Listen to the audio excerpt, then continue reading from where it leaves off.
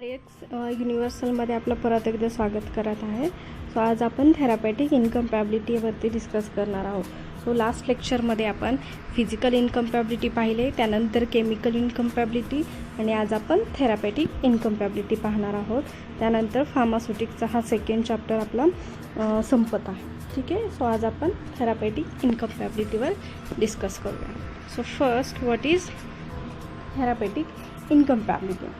It may be as a result of prescribing certain drugs to a patient with the intention to produce a specific degree of pharmacological action.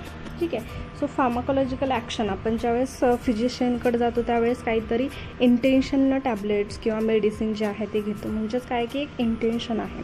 ठीक आहे की pharmacological action भेटावी म्हणून. But काय होतं, have a restore of intensity of the action produced is a different from that is intended by the prescriber. ठीक आहे. काही प्रिस्क्रायबरनं काहीतरी इंटेन्शननं मेडिसिन दिलेले असतात, बट ते इंटेन्शन जे आहे ते काय होतं की डिफरंट फार्माकोलॉजिकल ॲक्शन देतात. सपोज की तुम्ही पॅरासिटामॉल घेताय. ठीक आहे. तर तुम्ही प्रिस्क्रायबरनं तुम्हाला पॅरासिटामॉल ही प्रिस्क्राईब केली आहे, बट ती प्रिस्क्राईब कशासाठी केली की आपलं टेम्परेचर जे आहे, बॉडी टेम्परेचर ते रिड्यूस व्हावं आहे. ठीक आहे. ह्या इंटेन्शननं प्रिस्क्रायबरनं तुम्हाला सपोज पॅरासिटामॉल प्रिस्क्राईब केली आहे. बट काय होतं की पॅरासिटामॉल ही आपलं टेम्परेचर कमी करण्यासाठी दिलं आहे, बट काय होतं की त्याचं इंटेन्शन चेंज होतं आहे. ठीक आहे. म्हणजेच काय की पॅरासिटामॉलनं तुम्हाला सपोज हेडेक झालं किंवा वॉमिटिंग झालं, म्हणजेच हे आपल्याला नको आहे. ठीक आहे. आपल्याला हा कसा भेटला आहे, अनडिझायरेबल रिझल्ट भेटला आहे. आणि आपल्याला डिझायर रिझल्ट काय होतं की टेम्परेचर रिड्यूस करणं, पण आपल्याला इंटेन्शन काय होतं टेम्परेचर रिड्यूस करणं, बट काय झालं आपल्याला हेडेक आणि वॉमिटिंग. सो हे काय झालं, हे हेडेक आणि वॉमिटिंग झालं म्हणजेच काय झालं की आपल्याला म्हणजेच पेशंटवरती त्याचा थेरापॅटिक इनकम्पॅबिलिटी झाली आहे. सो ही जी थेरापॅटिक इनकम्पॅबिलिटी आहे ती कोणकोणत्या रिझन्समुळं होती ते रिझन्स आपण बघूयात. की फर्स्ट जो आहे तो म्हणजे एरर इन डोसेज फॉर्म. ठीक आहे, किंवा डोसेजेस. सो मेनी थेरापॅटिक इनकम्पॅबिलिटीज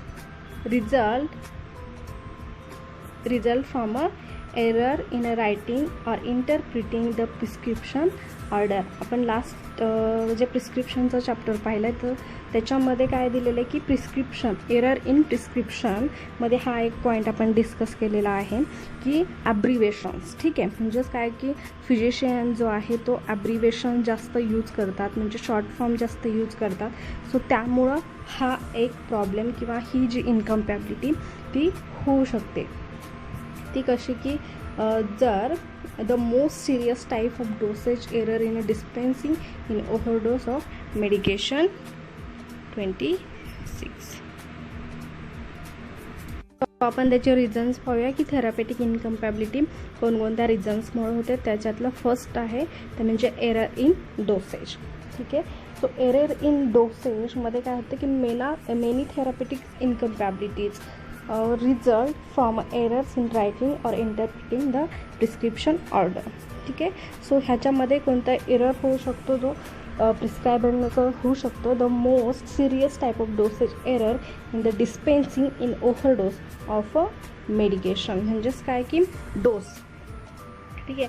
आपण नेक्स्ट चॅप्टरमध्ये पोसोलॉजीमध्ये डोस कसा कॅल्क्युलेट करायचं हे आपण पाहणार आहोत. पण डोस जे आहे, ठीक आहे, म्हणजे डोसेस जे आहे ते आपण एजनुसार किंवा सेक्सनुसार काय करत असतो त्याला देत असतो, म्हणजे कॅल्क्युलेट करून त्या पेशंटला आपण देत असतो. बट इथं काय होतं की कधीतरी प्रिस्क्रायबरकडनं ओव्हरडोस होऊ शकतो. ठीक आहे. ओव्हरडोस म्हणजे according to age, according to sex हे ओव्हरडोस होऊ शकतो.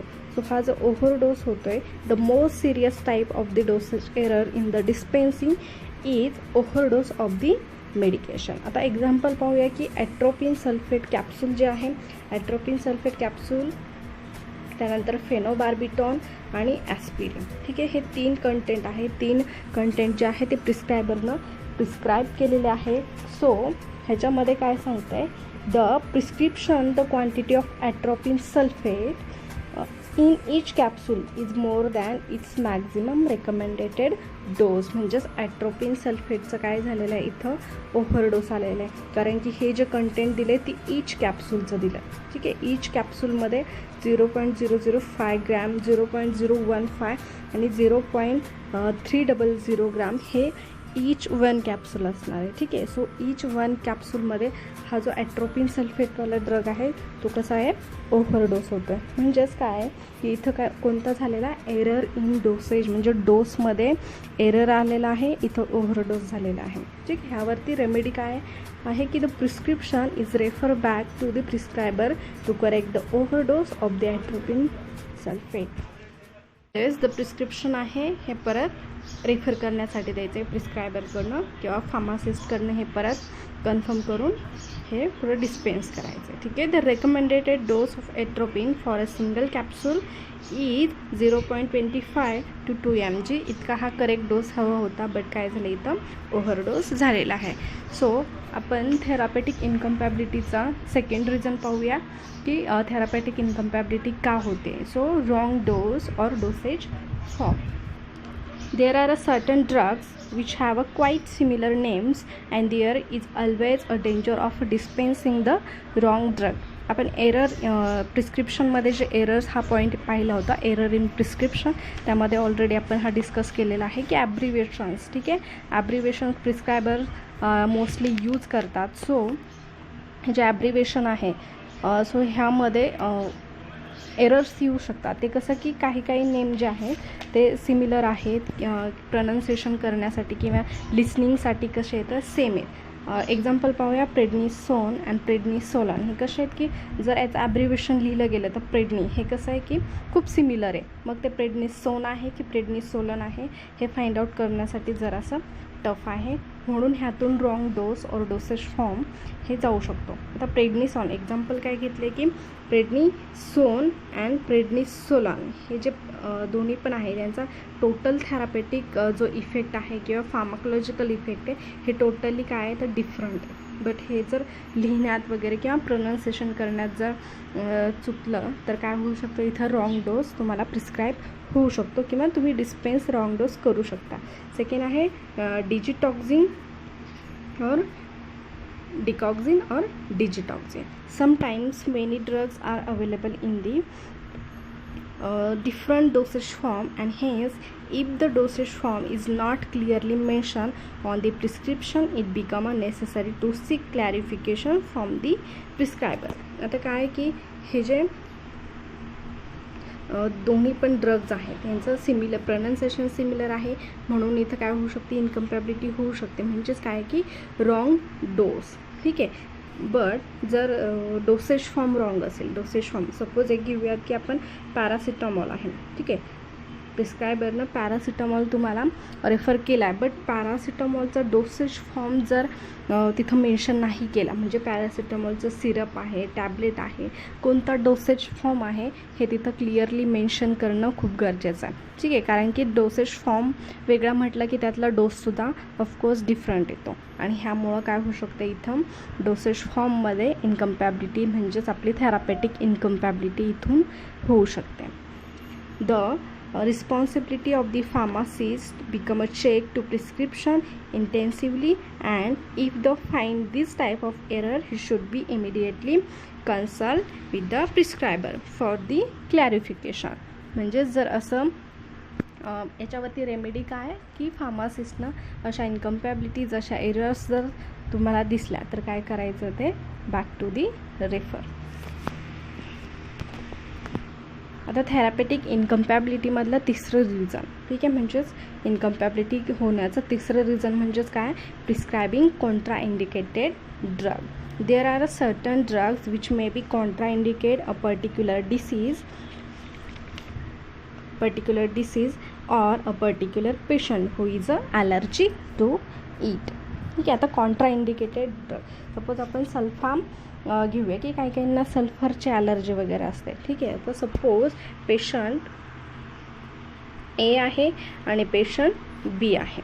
ठीक आहे. जरी ह्यांना सेम डिसीज असला, ठीक आहे, ह्यांना जरी सेम डिसीज असला, सपोज आपण काय करू, त्यांना सल्फाडायाझिन ही प्रिस्क्राईब केली, सपोज म्हणते मी, सल्फाडायाझिन ही जर प्रिस्क्राईबरनं प्रिस्क्राईब केली, सेम डिसीज आहे पेशंट एला आणि पेशंट बीला, बट इथं सल्फाडायाझिन जर प्रिस्क्राईब केली तर कधी कधी पेशंट एला सल्फाडायाझिन ही मॅच होऊ शकते आणि बीला मॅच होऊ शकत नाही, कारण की बीला जर सल्फरची ॲलर्जी असेल तर ही बीला मॅच करणार नाही. म्हणजेच बीसाठी सल्फाडायाझिन कसा झाला, सल्फाडायाझिन हा काय झाला, त्याच्यासाठी कॉन्ट्राइंडिकेटेड ड्रग झाला. म्हणजेच काय म्हणते, the particular disease or a particular patient is allergic to it, allergy असू शकते, म्हणजेच ही काय झाली, contraindicated drug. Corticosteroid are contraindicated in the patient having the peptic ulcer.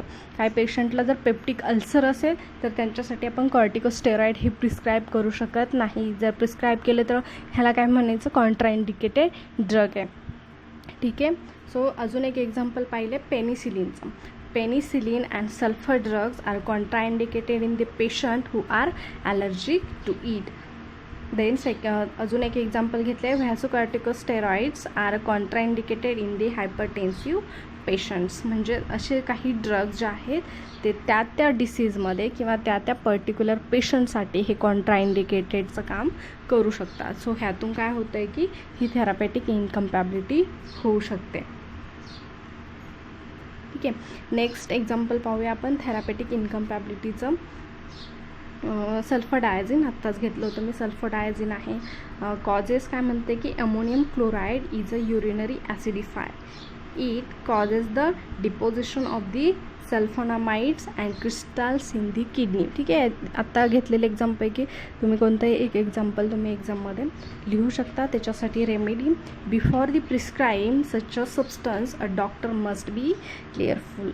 ठीक आहे. प्रिस्क्रायबरनंच हे हिस्ट्री वगैरे जे आहे पेशंटची, त्यांना ॲलर्जी कशाची किंवा ऑल डिसीजची हिस्ट्री वगैरे पाहून त्याला प्रिस्क्राईब, म्हणजे हे एक काळजी त्यांनी घेतली पाहिजे. आणि if he does not, a pharmacist show his caliber to the point out of such type of doctor's error, such must be immediately be referred back to the concerned doctor and get corrected.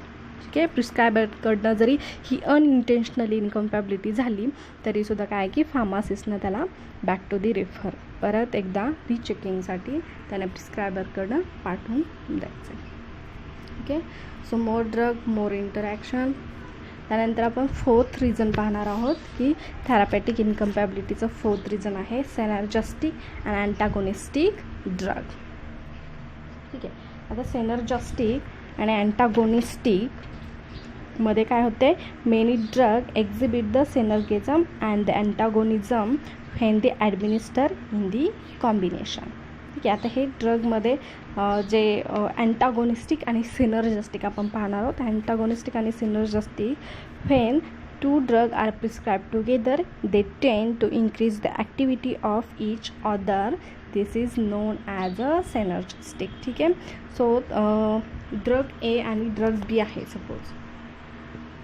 हे प्रिस्क्रायबरनं तुम्हाला prescribe केलेत की suppose 2 drug आहेत, drug ए आणि drug बी. ठीक आहे. So drug ए आणि drug बी असे दोन्ही मिळून म्हणजे दोघांचं कॉम्बिनेशन तुम्हाला तिथं दिलेले आहेत, कारण की खूप सारे ड्रग्स किंवा खूप सारे मेडिसिन्स हे कॉम्बिनेशनमध्ये प्रिस्क्राईब केले जातात. बट कॉम्बिनेशनमध्ये प्रिस्क्राईब केल्याच्या नंतर सपोज ड्रग ए आणि ड्रग बी आहे, हा एकमेकांची ॲक्टिव्हिटी काय करते आहे, इन्क्रीज करते आहे. आणि हे इन्क्रीज होणं म्हणजे सिनर्जिस्टिक होणं ही सुद्धा काय होते आपली therapeutic इनकम्पॅबिलिटी. is usually intentional because the prescriber has prescribed the drug together in order to increase the activity of drug. Okay, आपण एक एक्झाम्पल घेऊयात, combination of aspirin and paracetamol. ठीक आहे. हे सपोज ॲस्पिरिन आहे आणि पॅरासिटामॉल हे कॉम्बिनेशनमध्ये दिलेलं आहे. आता प्रिस्क्रायबरचं इंटेन्शन काय आहे की हे दोघं सोबत, हे दोघांचाही काय की ॲनाल्जेसिक इफेक्ट आहे. सो हे ॲनाल्जेसिकपणा त्याचं काय होईल, वाढेल. म्हणजेच दोघांचा मिळून पेशंटला एक प्रकारचा चांगला इफेक्ट भेटेल, हे डॉक्टरचं इंटेन्शन आहे. बट काय होतं आहे की हे दोघांनाही ॲस्पिरिन आणि पॅरासिटामॉलला जर प्रिस्क्राईब केले तर हवं असलेलं म्हणजे आपल्याला desire effect, suppose desire effect आपल्याला 100% हवा आहे. ठीक आहे, डिझायर इफेक्ट आपल्याला 100% हवा आहे. डॉक्टरचं पण हेच इंटेन्शन आहे. बट ॲस्पिरिन आणि पॅरासिटामॉल एकत्र आणल्याच्या नंतर ह्याची जी ॲक्टिव्हिटी ती खूप इन्क्रीज होते आणि आपल्याला खूप इन्क्रीज झालेली नको आहे. आपल्याला कशी हवी, डिझायर हवी. जर हे दोघांनी मिळून 120 इफेक्ट दिला तर ऑफकोर्स हे कसं होतं आहे, एक्स्ट्रा होतं आहे. आपल्याला इन्क्रीज नको आहे. आपल्याला कसा इफेक्ट हवा आहे, टोटली डिझायर इफेक्ट हवा आहे. ठीक आहे, पण इथं कसा भेटतो आहे, तो जास्त भेटतो आहे आणि आपल्याला हा जास्त इफेक्ट नको आहे. सो हे झालं सिनर्जिस्टिक, म्हणजेच एकमेकांची increase the activity of each other, आणि हे आपल्याला नको आहे. आपल्याला डिझायर ॲक्शन हवी आहे. सिमिलर आता हेच कसं की दुसरं जे आहे काय म्हणते की अँटागोनिस्टिक. ठीक आहे, अँटागोनिस्टिक मध्ये काय होते की similarly there are certain drugs which when the prescribed may lead to distress consequences and the prescription should be refer back to the prescriber. ठीक आहे, आणि असं जर इनकम्पॅबिलिटीज किंवा एरर्स जर दिसत असेल तर फार्मासिस्टनं काय करायचं आहे, ते बॅक टू दी रेफर. त्यानंतर जे आहे एक एक्झाम्पल दिलेलं आहे. त्याच्यानंतर amphetamine sulphate 20 mg, ephedrine sulphate 100 mg, syrup up to 100 ml. So in the prescription there is a combination of sympathomimetic drugs with additives effect. So there is need to reduce the dose of each drug. The prescription should be refer back to the prescription. म्हणजेच इथं काय होतं आहे, dose खूप होतं आहे. म्हणजेच ephedrine sulphate आणि ॲम्फिटामाइन सल्फेट हे दोन्ही पण कसे येतात, सिम्पॅथोमायमेटिक आहेत. बट 20 mg आणि 100 mg मिळून काय होते की त्यांचा इफेक्ट जो आहे तो इन्क्रीज होणार आहे. म्हणजेच ऑफकोर्स इथे काय होते, आपलं सिनर्जिस्टिक होतं आहे. सो नेक्स्ट बघूया अँटागोनिस्टिक कसं. In the prescription when two drugs having the opposing pharmacological effect are prescribed together. ठीक आहे, prescribed together antagonism occur. म्हणजेच काय होते की जर तुम्ही सपोज ॲसिटाइल सॅलिसिलिक ॲसिड खाली दिले, acetic salicylic acid and probenecid हे मिळून काय होते, acetic salicylic acid and probenecid are use to treatment of the gout. हे गाऊटमध्ये यूज केलं जातं. So however the combination of these lead to neutralisation. So refer back to the prescription. म्हणजेच इथं काय झालं आहे, अँटागोनिझम झाले, ऑकर दी अँटागोनिझम. कारण की ॲसिटिल सॅलिसिलिक ॲसिड आणि प्रोबेनेसेड हे जर कॉम्बिनेशनमध्ये आले तर काय होतं, एकमेकांची ॲक्टिव्हिटी काय करत आहे, डिक्रीज होते, opposing to synergistic effect and antagonistic effect. ठीक आहे, म्हणजे अँटागोनिस्टिक म्हटलं की काय होते, तिथं अँटागोनिझम ऑकर होतं, एकमेकांची ॲक्टिव्हिटी डिक्रीज करते. सिनर्जिस्टिकमध्ये एकमेकांची ॲक्टिव्हिटी इन्क्रीज करते. आपल्याला डिक्रीजही नको आहे आणि इन्क्रीजही नको आहे. आपल्याला कसं हवं आहे, डिझायर फार्माकोलॉजिकल ॲक्शन हवं आहे. आणि त्याच्या प्लस मायनस झाले की काय होतं, इथं एरर होतं आहे. म्हणजेच थेरापेटिक इनकम्पॅबिलिटी तिथं होती आहे. ठीक आहे, हा झाला 4th पॉईंट.